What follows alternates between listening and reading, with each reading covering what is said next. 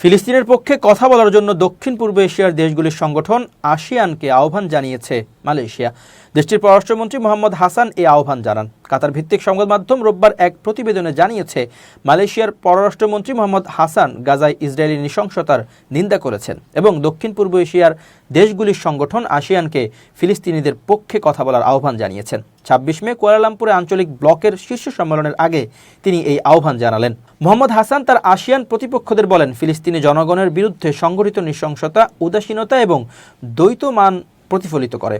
এগুলি আন্তর্জাতিক আইনের পবিত্রতার ক্ষয়ের প্রত্যক্ষ ফলাফল। তিনি বলেন, আসিয়ান চুপ থাকতে পারে না।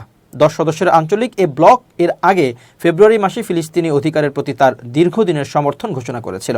1.5 বছরের বেশি সময় ধরে ফিলিস্তিনের অবরুদ্ধ গাজায় হামলা চালাচ্ছে ইসরায়েলি সেনাবাহিনী।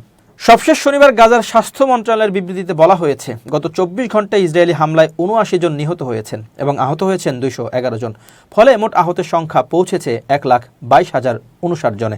বিবৃতিতে আরও জানানো হয়, অনেক লাশ এখনও ধ্বংসস্তূপের নিচে ও সড়কে পড়ে আছে, কিন্তু উদ্ধারকারীরা নিরাপত্তার অভাবে সেখানে পৌঁছাতে পারছেন না।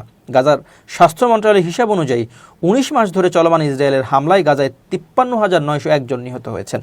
এই সময়ে আহত হয়েছেন 1,22,593 জন। আর উপত্যকাটির জনসংযোগ কার্যালয়ের হিসাবে ইসরায়েলের হামলায় এখন পর্যন্ত 61,700 জন নিহত হয়েছেন। ধ্বংসস্তূপের নিচে চাপা পড়া ব্যক্তিদের মৃত ধরে এই হিসাব করা হয়েছে।